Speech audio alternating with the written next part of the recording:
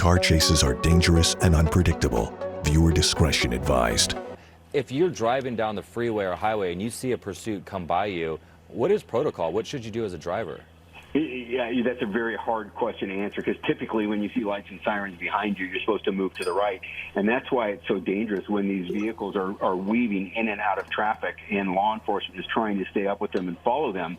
It happens frequently where a driver sees something coming up behind them, they make a sudden move to the right, and now they're colliding with the unit or something like that where they're trying to maintain control of the pursuit, yet a driver moves over in front of them. It's extremely dangerous. But protocol would be that anytime you see lights and sirens coming up behind you, you move to the right. But when they're traveling this fast, a lot of times drivers have no warning. I mean, it literally comes upon them before they really know what's going on. And that is what happens. Okay, so as I suspected, we've just now merged with the 210. Now the driver is going eastbound off the 605, so that means that they're going to end up, passing Duarte and then up into the Azusa area. I suppose the benefit here being there tends to be a little bit less traffic than if he was to head westbound into Pasadena. It gets a little bit congested there. And then, of course, if you head, all the way out of LA County down the 210, things tend to open up a little bit more. But we see CHP Darren taking the lead with this pursuit here, and really no sign of this driver slowing down. There are only a couple of things that can happen here given the circumstances with these high speeds on the freeway. But we are certainly just keeping an eye on this and hoping that the driver will come to their senses, slow down and pull over and stop putting all these innocent people at risk here. And in just a few seconds, I just want to let everybody know we're going to be joining up with KCAL 9 News at 8. We're on a little bit early here following this police pursuit as it passes down the 210 freeway heading eastbound, going past now, I believe, the Azusa area. We do want to welcome our viewers here. We had been watching this police pursuit on an early edition of KCAL 9 News at 8. So now KCAL 9 News 8 officially begins. Breaking news here, this live police pursuit. Sarah Donchi alongside my co-anchor Chris Holmstrom. Yeah, Sarah, this has been a wild pursuit. We first went on the air around 7:40. This pursuit started in the East LA area. That red Honda Accord is what we're looking for. If you look on the right-hand side of the screen, you could see some of the dramatic moments that were caught on camera. LASD actually was trying to do a pit with this driver, and it appears that the vehicle made contact with the driver, but that driver kept going, continuing to drive recklessly throughout that area, swerving in and out of freeways. And, just watching that, definitely, you can see the pit right here, I believe. And, at one point we saw this happening. We thought, okay, this is the end. The driver is going to be put into custody. Well, no, that driver kept going. As for the want, this person was wanted on a traffic stop. We also believe there is a man and a woman inside that vehicle, but Sarah, still a lot of questions because one of the things that we're talking about is, why won't this person stop? Obviously, this person has no signs of slowing down right now. Yeah, that's right. So on the left-hand side of your screen, the smaller box is the live feed here. We're going to rejoin that here in just a second so that we can give you a better sense of where we are. On the right-hand side, some of the more dramatic instances that Chris was talking about from earlier. On the left, though, you see CHP has taken the lead. It was initially some kind of a traffic stop, a want in relation to a traffic infringement, but the way that the police and law enforcement generally has been acting here, they've been really aggressive in trying to get this driver to stop. Now, not so much as earlier, but it does make you wonder, as Darren Wyatt has mentioned with us on the phone here, if there could be something more at play here in the way this driver has been driving. We've seen some really, really questionable moves here and really just really dangerous driving by the suspect. So, Chris, we're heading now eastbound.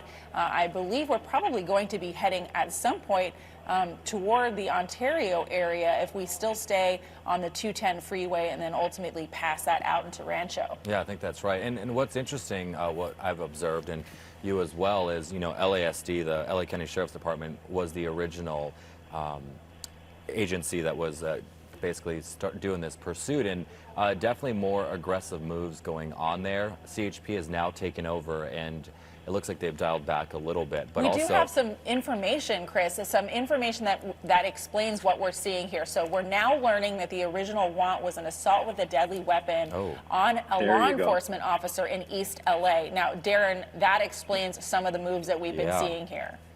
Absolutely. And I would say, too, though, that one of the reasons that it's a less aggressive nature on the pursuit is because they're on the freeway, where you're not going to attempt a pit maneuver at, 80, 90, 100 miles an hour on the freeway as you would on city streets. So that's one of the reasons that they may have backed up. I don't know if they're transitioning here. I think he might be coming up to the 57 freeway. He's merged all the way to the right. So I don't know. We'll have to see here what kind of moves he makes. Okay, so if he is passing the 57, we're not quite as far as I thought that we'd gotten. So that would put him in San Dimas. Of course, if he hops on the 57, that'll put you through Pomona. You see Cal Poly down there on your right. Then you end up in Diamond Bar. And then if you go past Diamond Bar, that is the LA County line where you cross in Orange County. And that car is falling apart. You see the driver's door opening again. It's got to be some kind of mechanical thing. The driver's trying to hold it closed, and he can't, especially at these speeds and maneuvering in and out of traffic like this. Can the pilot throw up the little compass that shows the speeds? I don't believe we have our map tracker this evening, but usually that's a very helpful tool that they're able to clock how fast this person has been going. But Darren, I know you can eyeball this. It looks like they've been going at least at some points in excess of 90 miles per hour, if I had to guess. Absolutely, I'd say consistently between 80 and 90, and probably at times up to 100 miles an hour.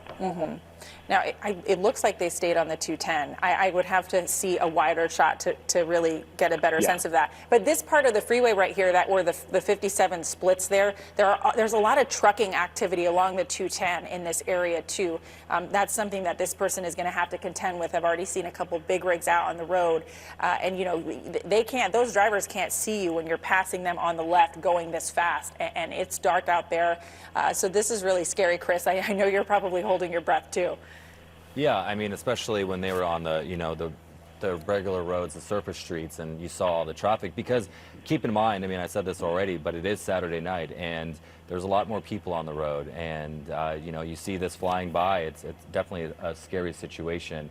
And hopefully this person will pull over and allow this pursuit to come to an end. But right now, and by the looks of it, this person has no intention of pulling over. But the fact that these people are wanted for an assault with a deadly weapon, I mean, that's huge. Yeah, on a law enforcement officer, no less. And we really don't know the circumstances of that, Darren. And I know, Darren, in situations that you've covered with us here on the broadcast, and certainly in real life situations, unfortunately, that assault with a deadly weapon many times is actually a vehicle itself, as opposed to, what we would normally think of as a weapon, which is no less dangerous. Yeah, and we don't know, but some of that damage to that car could have come from that event. It could have been where he rammed a police car or something like that, and that was the assault with a deadly weapon, and there's damage to the car from that. One other thing I wanted to point out that most people wouldn't notice is if you notice that CHP Cruiser, he's kind of offset. He's not directly behind.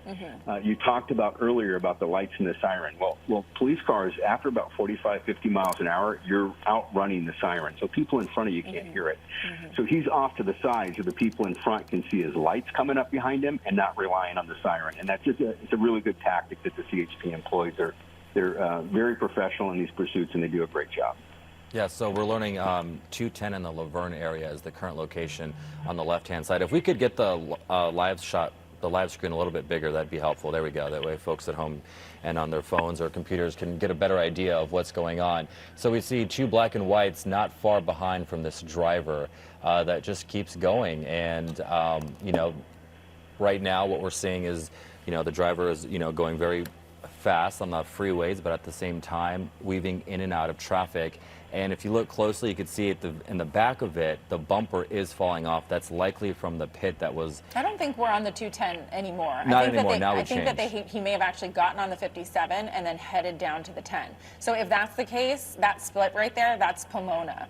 And that's, it's interesting because that split there, you have a couple of options, different ways you could go, 71, 10, 57.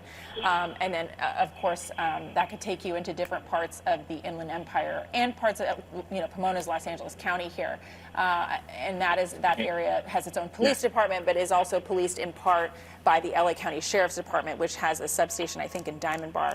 Darren, I don't know what the end game is here. We never really do, truly, when we cover these situations. But, you know, the car has quite a bit of damage, and I wonder how much longer this person can go on before he or she runs out of gas or just has to stop based on the damage to the vehicle. Well, we know it can go hours for some people, right? Right, 6 hours, Yeah. 6 plus Let's hope hours that's the not other the day. case this time. Yeah. I will say that at one point when he was making one of the transitions, I did see sparks coming from the area of the left rear tire. It may be parts of that bumper that were dragging that were causing that. But, you know, we know that his door's falling off. We know the bumper's falling off, and we don't know what other mechanical things are. But that bumper could, you know, end up puncturing the left rear tire if it drags.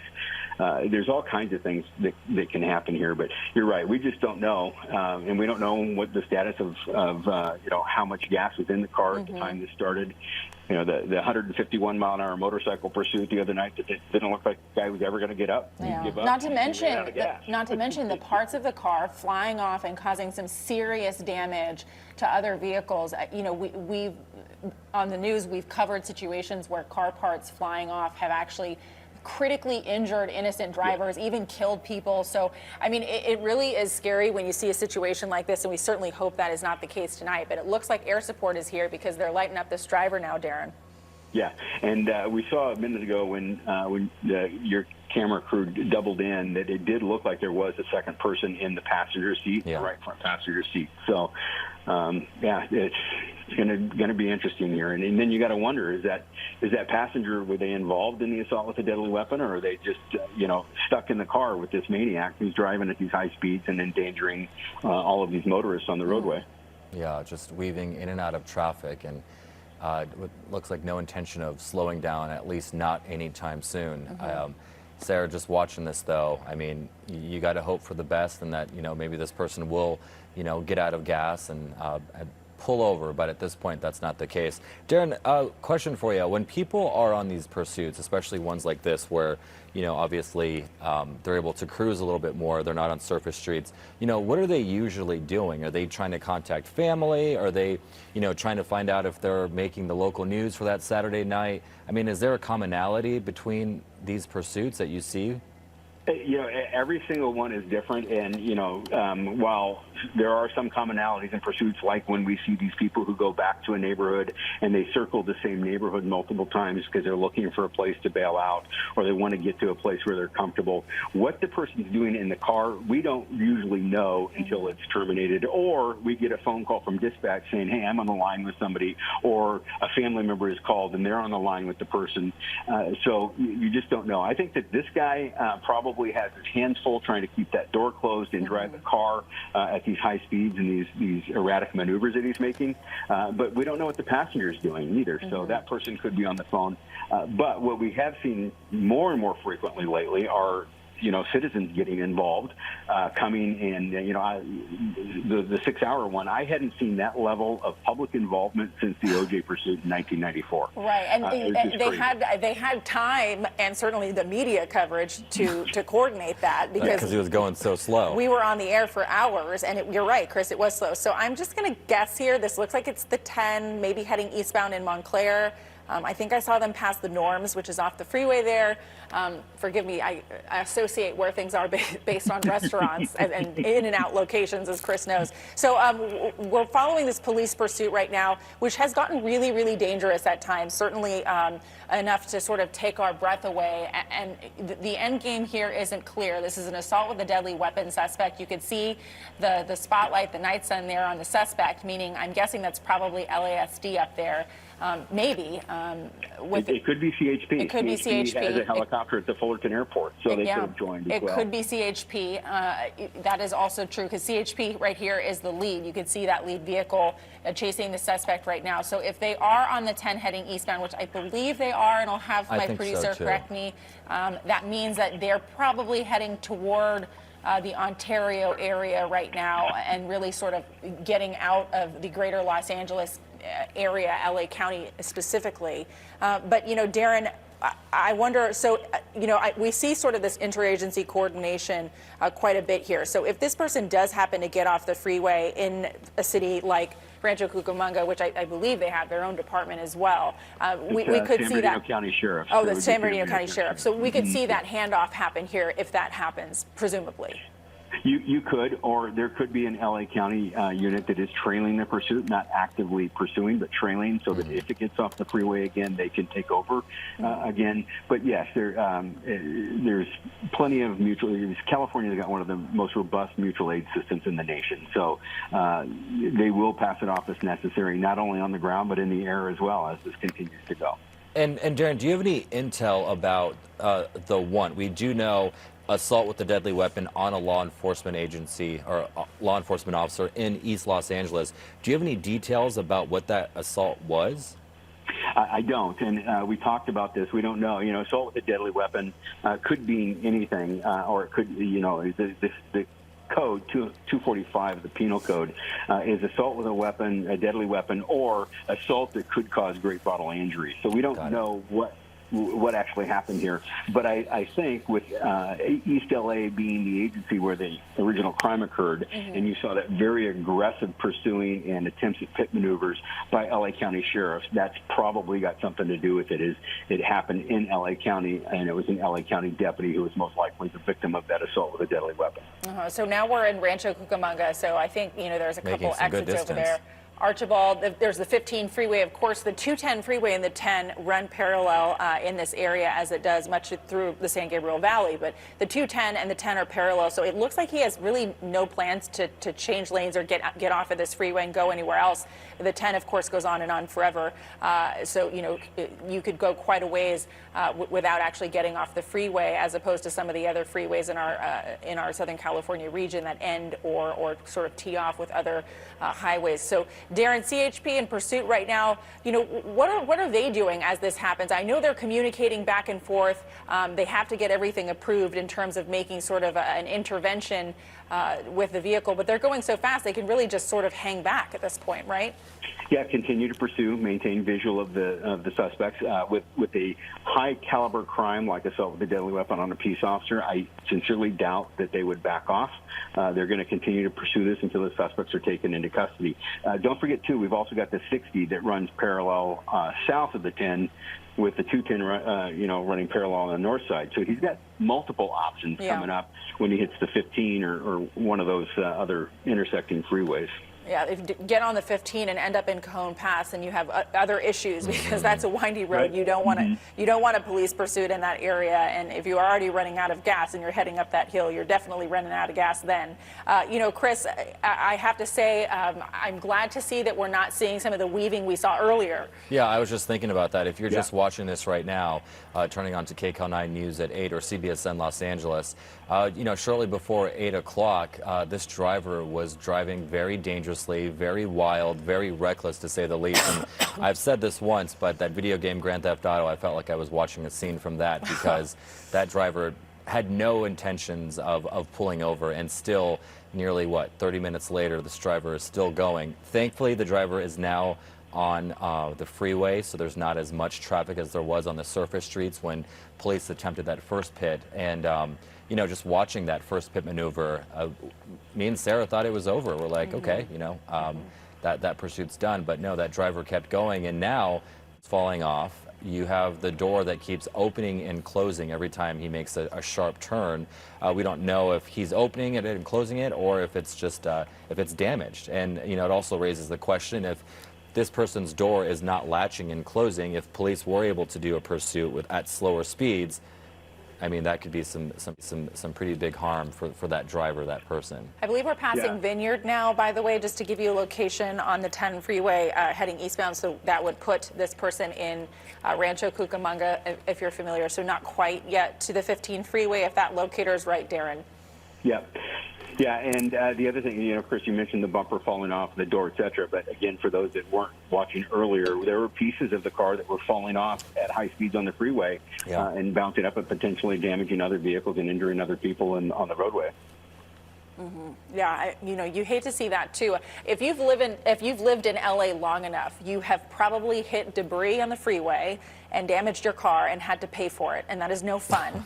It's happened to That's me many times. on a daily basis. If You it's have not to a keep an eye on it. pothole, it's a car part or like a couch part. A TV. Or TV. And, you know, it really is unfortunate because these people are just going about their lives, living their lives. And you know, nobody deserves to have to deal with that, especially given all the financial hardship that everybody is going through right now.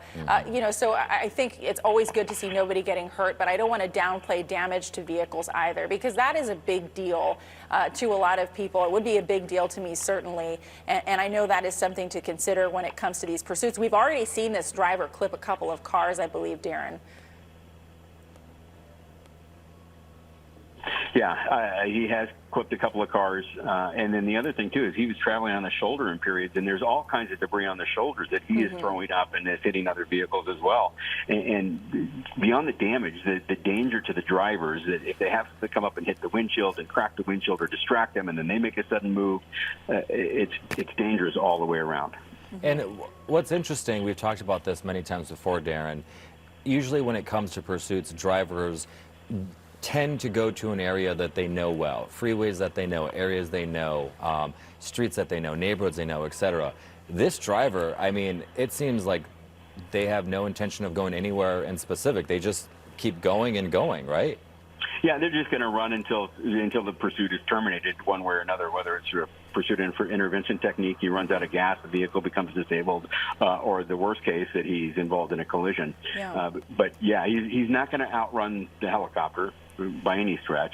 And these ground units, especially the CHP, as they move through office areas, they can hand the pursuit off to a fresh set of officers with a full tank of gas and a car that has not been, like you see the lead unit now, it's a new lead unit. They've now probably gone into another office area of the CHP and transferred it over. And so the officers aren't experiencing the fatigue from the stress and the adrenaline that the driver is going to experience. And we're going to be able to take this until he's taken into custody. So I believe we're now past the 15 freeway heading eastbound on the 10, which would put this driver heading into the Fontana area. You know, think about how far, Chris and Darren, we are from where we were just, you know, a few minutes ago. This driver was in the East Los Angeles area, changing freeways, driving around on surface streets, and now we're almost to Fontana. See that how is quite fast a ways it takes away. to get from point A to point B without traffic? Right. You could certainly get farther without traffic, but, you know, it does make you nervous to see this driver. Darren was mentioning he thought that this person might be driving in excess of 100 miles per hour at some points, and I would agree with that assessment. This driver has been really hauling down the freeway at different points in time.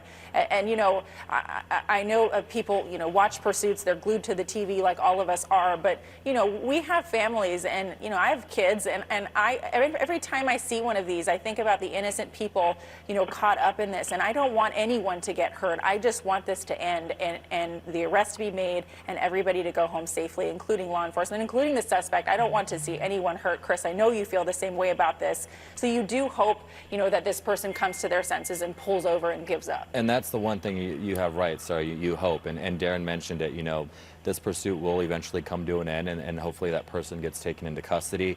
But what we saw, 40 minutes ago, and how reckless this driver was, I mean, it's one of those situations where this pursuit could end in a pretty bad way, and obviously that's not something we want to see. But just want to remind you that if you are watching this with your kids, just be careful, because it appears that this driver has no intentions of pulling over, and the fact that they're wanted for an assault with a deadly weapon against a law enforcement officer, I mean, that alone shows how dangerous the end of this pursuit could potentially be. And as a parent, let me just say, at 8:20, I hope the kids are getting to bed at this point.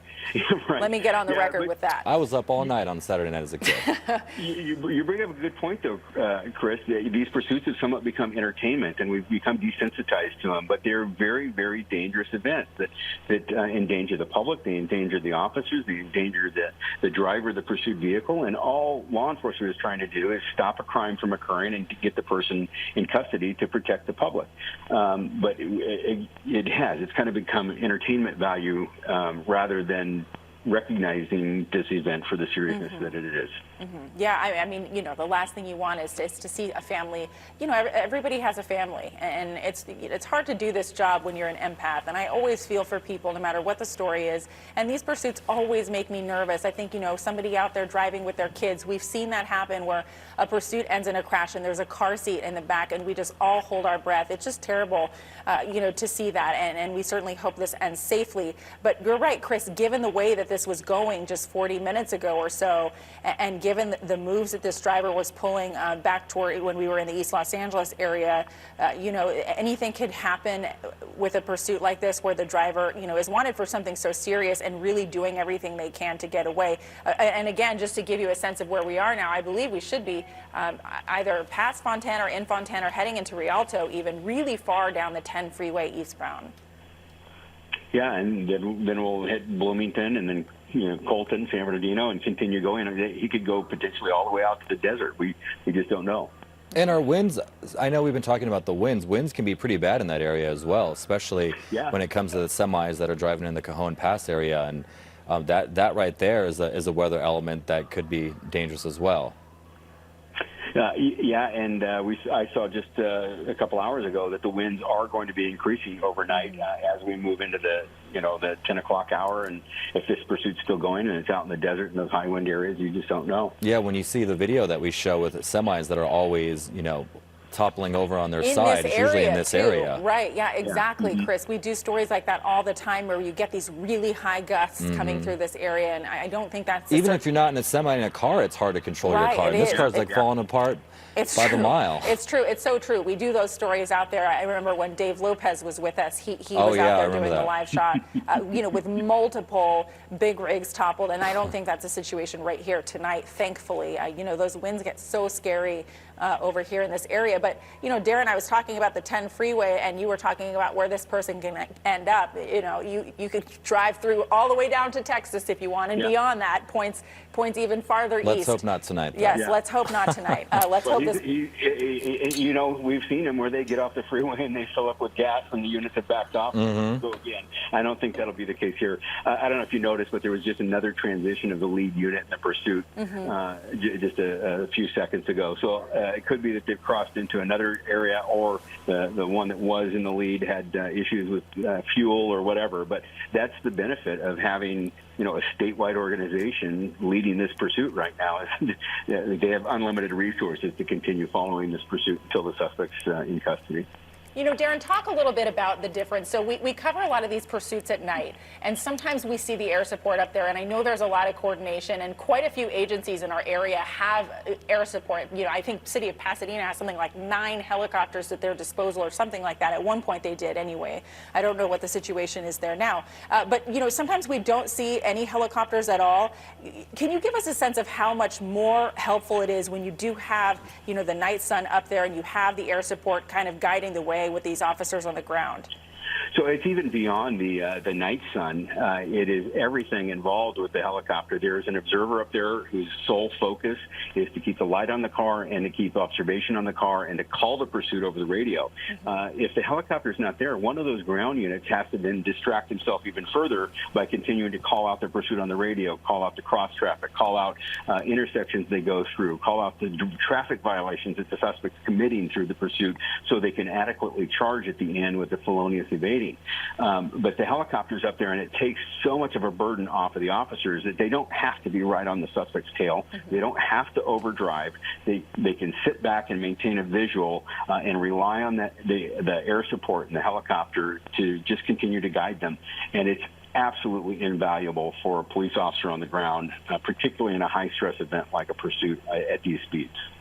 Chris, I wonder, have you noticed, I don't think we've quite come up to the 215 yet, so which would put us somewhere maybe in the Bloomington area now off the 10 heading eastbound. We were passing through Fontana. We may still be in Fontana, but if this person hits the 215, we're really far out, Chris. Yeah, I mean, we really are. And, you know, thankfully, we're not seeing as much traffic on the freeway as we saw, you know, about 40 minutes ago. Darren, you know, you've been retired LAPD sergeant for many years. Is that you know, do you think they're thankful that this driver is going into an area where there's less and less people versus, you know, areas that are, you know, where there's a lot of people on a Saturday night? I think that is something that is worth considering. I also think that, you know, when we're, well, now he's making some lane changes again, and we were seeing more big rigs like Sarah had talked about. But yeah, you know, he was there in the number one lane, going straight, not making any erratic moves for a long time. And that is a lot easier on the officers, and there's a lot less stress involved because you're not worried about other cars getting in the way, et cetera.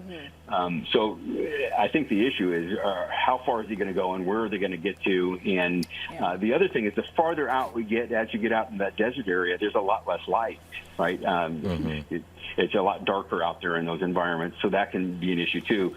And with the weather coming in, how long is the helicopter going to be able to stay with the pursuit with the weather? Totally. I didn't even think about that. You're right. We were just talking about where we are here. So he's now approaching the 215, which means that he's probably in the Colton area, which is so far from East LA, where we were talking about an hour ago. I honestly lost track of time. This pursuit has been going on for a while. But, you know, Darren, we were talking a few minutes ago about how we've noticed some of these pursuits lasting a really long time.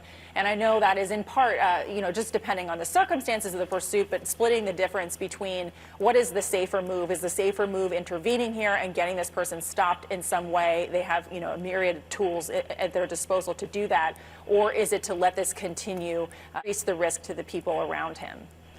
Yeah, I think in this case where he's on the freeway and with the amount of traffic there is, it would be very difficult to put out a spike strip. And that would really, at these speeds, be the only option. Is he getting off the freeway? While he's on the freeway. It looks like he might be exiting. And, hey, Chris, just full disclosure, it was not LAPD that I retired from. It was an Orange County agency. Oh, right, yeah. Sorry about that. But yeah, it looks like he is. I think he's on the 215. Is he on the 215 now? Yeah, he is on the 215. That's what I thought. And you know, that's that part of the freeway. Even fewer cars. That part of the 10, like I mentioned, as other parts of the 210 and some other you know, local freeways, is a major trucking route. And you know, we don't usually see as many cars on this part of the 215. I admit it's been a while since I've been out here, but you know, a little bit less congested and typically, and that's what I think we're seeing right now. But you know, in any case, still dangerous and certainly something that we hope ends quickly and safely. Yeah, and I think that they're actually in like the city of San Bernardino, maybe the Colton area right now on the 215. Is that looking at the freeway signs? So I was just hearing from our producer. So, you know, when these pursuits go on, and if you've watched KCAL for any stretch of time, you've seen this happen. Our helicopter pilot and crew has to stay safe as well. They have a certain amount of fuel that they have in the helicopter, and then they have to refuel. There have been times where they've landed to refuel and then launched again and rejoined the pursuit. But we certainly hope this will have ended at that point. But I just want to let our viewers know that we are on a time constraint in terms of our fuel limitations in the helicopter. Good to know. And if you're just watching this right now, we are following this high-speed police pursuit. That driver that is wanted for an assault with a deadly weapon against a law enforcement agency officer in East Los Angeles. And Darren Wyatts is with us right now. Darren, obviously communication is very important when it comes to dealing with the law enforcement agency and the driver. You know, what do officers do to make contact with this person and to communicate? Because obviously they're going so fast that they're not able to use their sirens to talk to them. So the siren is on just for, because the law requires a steady burning red light to the front and a siren to actually be in pursuit. He may not hear the siren, but he knows that the lights are there. He knows the helicopter's overhead. There have been several attempts to do pursuit intervention techniques. So there's no way he can argue he didn't know the cop was behind him. They'll oftentimes shine the spotlight into the window just to get attention, but they don't want to leave it there and potentially have the driver not have good visibility and then cause him to crash. So really, they're not communicating with him. He knows that they're there. He knows that he's obligated by law to pull over and stop, and he's not doing that. So they're just going to wait until it pulls over, and then they'll communicate via the PA system or verbally yelling at him and giving him instructions and trying to get him to surrender peacefully.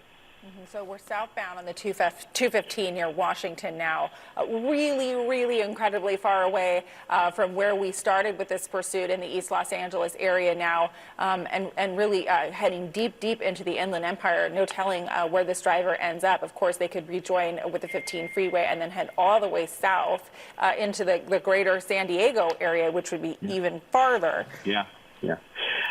Sarah, we were talking a minute ago about the resources that the CHP has. You notice now there's a third lead vehicle in the pursuit just in the last 10 minutes. So they've been able to transition 3 new lead units in this pursuit just in the last 10 minutes. Wow. So there are unlimited resources here to take this to its conclusion. Yeah, I just want to remind our viewers that we are up on some time constraints when it comes to the fuel that our helicopter needs. But, Chris, I know you were here, or perhaps you were here the day before, the day where we had that 6+ hour pursuit. And I think our helicopter refueled multiple times and continued to cover it. That was a hard one. And one of the things that Darren talked about was all the community involvement. I mean, this driver was going so slow at times. It was the never-ending pursuit. People came out to the freeways, the surface streets to get video, what have you. I actually spoke, Darren, to the driver's father, had an exclusive interview with him, and I talked to him a little bit about, his son, and basically one of the things that he mentioned was his son was having issues with his mental health, and that was part of the reason why he believes he never pulled over, and he suffers from schizophrenia, etc. That's what the father told me. When it comes to pursuits, is mental health a big deal? Is that a common? Is that common for a lot of these people, or drugs, or? It's hard to say on the pursuit. It actually looks like you might be transitioning onto another freeway now. Are we taking the 60 west maybe, or east? I don't know. It looks like he's transitioning onto another. He's transitioning onto another freeway there. But you always wonder, especially when the behavior is so erratic, and then when it comes to a conclusion or it terminates either through them pulling over or running out of gas, and then they barricade themselves. You wonder: is it drugs? Is it mental health? Is it alcohol? And you just don't know. There's such a prevalence, especially with COVID right now, that a lot of people are in mental health crisis, and you have to take that into consideration, and you have to, especially when it comes to a termination, how you deal with that suspect in that event and try and de-escalate the situation rather than exacerbate it when there's mental health issues involved. Yeah, I mean, just so much at play here, with what law enforcement has to deal with and all the circumstances that they have to consider. Chris, and I appreciate your perspective because, we hear from people sometimes about why don't we ever hear what happens after the pursuit? And I know people do wonder, about what happens to the suspect and what happens to the people caught up in all of the drama. And, you reported on one the other day, as you mentioned, where you got sort of a rare glimpse into the circumstances surrounding what was going on with the suspect. Sarah, do we know what freeway he's on now and what direction he's headed? I know he transitioned off the 215. Yeah, so that could have been they're saying that could have been the 60. I'm really not sure. This is an area that I'm not especially familiar with. But we do want to remind our viewers now that our helicopter does have to refuel. We want to make sure our crew in the air is safe. So we're going to continue to follow this breaking news here from the newsroom, and we'll bring you any updates as this driver evades California Highway Patrol on a very long, more than an hour-long police pursuit. Darren Wyatt, thank you for joining us. We may have to rejoin you here in a few minutes Darren, if this thank continues. you so much. Thanks, guys. Yeah, so bizarre, Sarah. I mean, let's hope this one comes to a good ending because from what we've seen, Sarah, it was pretty reckless in the beginning. Yeah, it absolutely was. And on the right-hand side of your screen, you're seeing some of those images from earlier where multiple pit maneuvers attempted. It looked like it was over, and then it just continued on. And it seems to be continuing on this evening. I believe more over an hour now that we've been watching this police pursuit. Thankfully, now a slow-speed pursuit. Down deep into the Inland Empire. And again, as I mentioned, the helicopter does have to refuel, and they'll do that quickly and safely. And again, if this is going on, we're going to rejoin it as soon as we can. But we want to make sure our crew in the air is safe, Chris. Very much so. All right, let's move on.